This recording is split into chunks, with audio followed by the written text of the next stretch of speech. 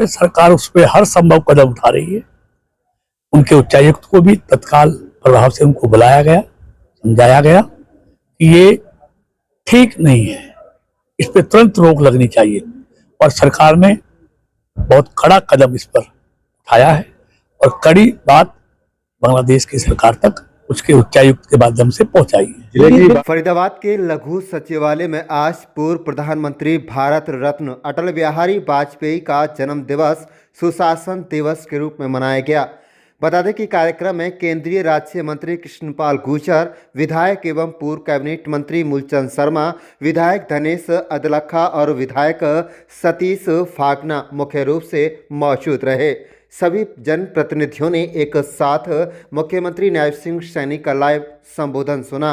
इस अवसर पर केंद्रीय राज्य मंत्री कृष्णपाल गुर्जर ने कहा कि वर्ष 2014 से अटल बिहारी वाजपेयी और मदन मोहन मालवीय जी के जन्म दिवस को देश भर में सुशासन दिवस के रूप में मनाया जा रहा है। उन्होंने कहा कि प्रधानमंत्री नरेंद्र मोदी के नेतृत्व में देश को पारदर्शी, भ्रष्टाचार मुक्त और जवाबदेही शासन मिला है। Digital India, make in India और इत्यादि जैसी योजनाओं से आम जनता को सीधा लाभ पहुंचा है। हरियाणा में पूर्व मुख्यमंत्री मनोहर लाल और वर्तमान मुख्यमंत्री नायब सिंह सैनी के नेतृत्व में सुशासन की परंपरा लगातार आगे बढ़ रही है। वहीं आपको बता दें कि बांग्लादेश में हिंदुओं की हत्याओं को लेकर पूछे गए सवाल पर कृष्णपाल गुर्जर ने कहा कि निश्चित तौर पर सरकार हर संभव कदम उठा रही है और उनके राजदूतों को भी सरकार ने बुलाया और समझाया और कड़ी आपत्ति जताई कि ये सब ठीक नहीं हो रहा है और इसे तुरंत प्रभाव से रोका जाए।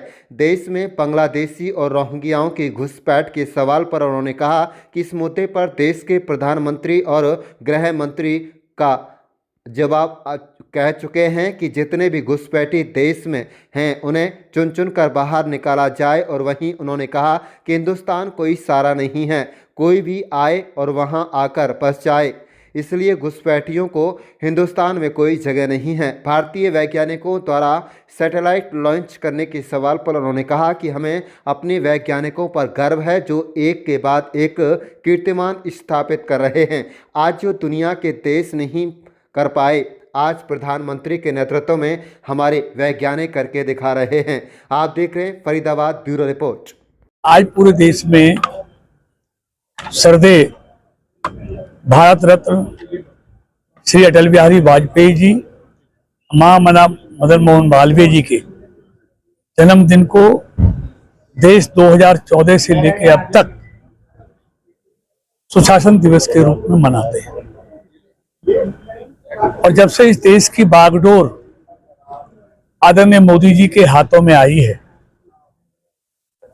देश में सुशासन और पारदर्शी सरकार लोगों को देखने को मिल रही है। Digital India, make in India, scam free India, ये सब इन 12 सालों में देश ने देखा है। आम आदमी के जीवन को सरल बनाना, कारोबारी के काम में किसी तरह का अवरोध पैदा न हो, हर सुविधाएं आम आदमी को बाधा रहित मिले, ये आदरणीय मोदी जी की सरकार ने हरियाणा में पूर्व मुख्यमंत्री मनोहर लाल जी के नेतृत्व में और अब आदरणीय नायब सैनी जी के नेतृत्व में लगातार इस सुशासन का काम चल रहा है। आज घर बैठे एक क्लिक से अधिकतर सेवाएं व्यक्ति के घर तक पहुंच रही हैं, जिन्होंने आम आदमी के जीवन को सरल बनाया है। आज अधिकतर केंद्र सरकार की योजनाओं का, हरियाणा के सरकार की लोक कल्याणकारी योजनाओं का पैसा सीधा लाभार्थियों के खाते में जाता है। अब उनको चक्कर नहीं लगाने पड़ते, किसी की जेब गर्म नहीं करनी पड़ती,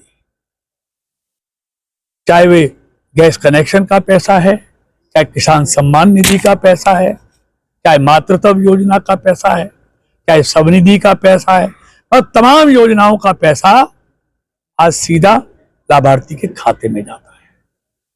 तो आज देश इसी कारण से लगातार बुलंदियों को छू रहा है। और ये जो डिजिटल इंडिया प्रधानमंत्री जी ने जो देश को किया है, हरियाणा उसमें अग्रणी रहा है। पूरे देश को डिजिटल करने का अगर रास्ता किसी ने दिखाया है तो वो हरियाणा ने दिखाया है, जिसकी शुरुआत तत्कालीन मुख्यमंत्री आदरणीय मनोहर लाल जी ने की थी। किस तरह की उस समय बातें होती थी ऑनलाइन करने की, डिजिटल करने की, लेकिन उसी का परिणाम है आदरणीय मोदी जी के मार्गदर्शन में जो देश को डिजिटल किया, तो हरियाणा को डिजिटल किया कि आज तीसरी बार देश के लोगों ने केंद्र में भी और हरियाणा में भी भाजपा की सरकार बनाई है।